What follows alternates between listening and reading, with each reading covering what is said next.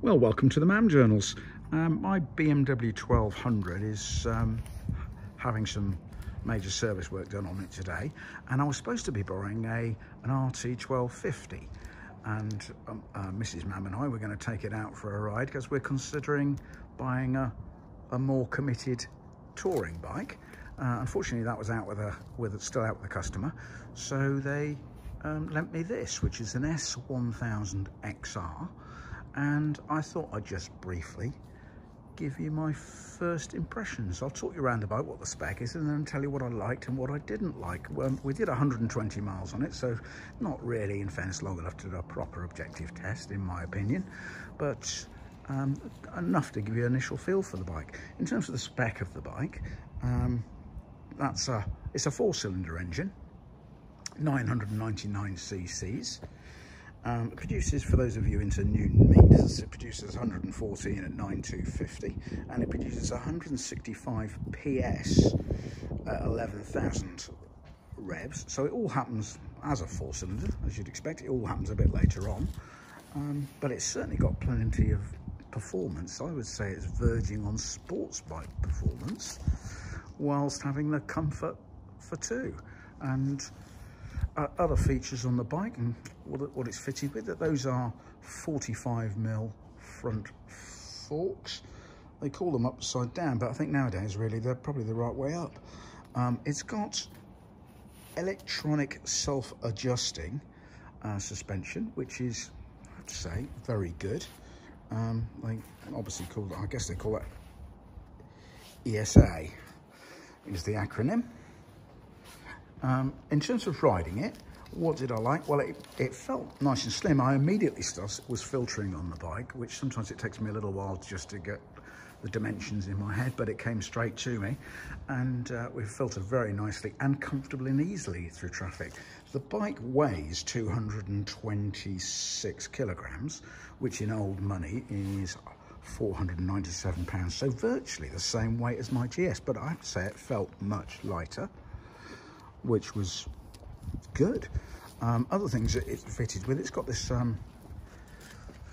what we used to call quick changes, whether they still call them quick changes or whether they're assisted change, and it's up and down, and it was good. It made for a very smooth ride to up, and certainly I found it better going up than coming down, but very functional. Great brakes. It's got some different engine modes on it, which I'll just talk you through. I'll just get the thing to fire up. This has got one of these keyless, which is why I left the keys on the seat. So you can see that's in rain at the moment. Not that I had it in rain, in fairness, when I rode it. I very rarely use the softest mode. Road I did try, and that was fine. I like dynamic, and you can feel the difference on Dynamic Pro, but in fairness, with two of us on, I wasn't particularly going at speed where that would make much difference, but it was nice and easy to change as you went. There is a menu button down here, and there's a toggle switch, which BMW owners will already be familiar with this. I'm not yet familiar with it, and quite how it works, but I'm sure I would be once I've got time to do it. So things I liked was really the nimbleness, the handling, the performance. That is a bike which you could actually go quite a long way on.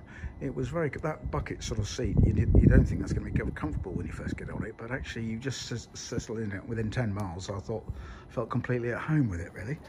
And Mrs. Mam said it was very comfortable on the back, which is good. But things I was less enthusiastic about, I would say that that side stand, when it's on the side stand, it leans over quite a lot and might be easier to get on, but I'm not sure that it made it easier to sort of pull it back into an upright position. Felt a bit too leany. That front screen, I'm sorry BMW, it's a lovely bike, but that is a complete waste of time in terms of protection. It might be protecting some of the equipment, but it does nothing for the rider. I'm only 5'8". It buffeted me around quite a lot. So yeah, overall, I was very impressed with the bike. I was trying to think as I rode it, what does this compare to that I've got?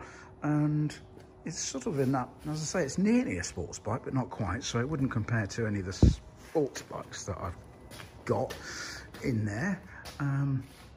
That Suzuki, similar sort of excitement in terms of a howl, but that Suzuki's only £419, so that's a GSXR. So that's going to very quickly see it off, I would think. In terms of top speed, by the way, on the BMW, somewhat unhelpfully, the BMW website says it does over 200 kph, which doesn't really tell you much. But I went to the bike magazine. It apparently does 155, and for those that are into such things, I don't worry about it. It apparently does 43 miles to the gallon. But I was thinking as I rode, the thing that it most reminded me that I've got is this bike, which is, that's a Suzuki GSX-S 1000F, so it's got a bit of a fairing, although that fairing is more effective than the one on the BMW.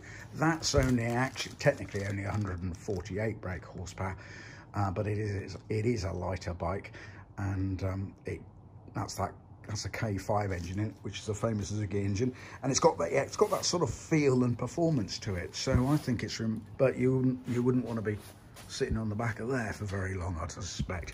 So not really a fair comparison, but it is the closest bike that I've got in terms of performance. So not an out-and-out sports bike like that one, which allegedly does 120 in second, but a very good performing bike, very comfortable, easy to ride. Seat height felt good. I could get more foot on the ground than I can on my GS. So well done, BMW. A nice bike.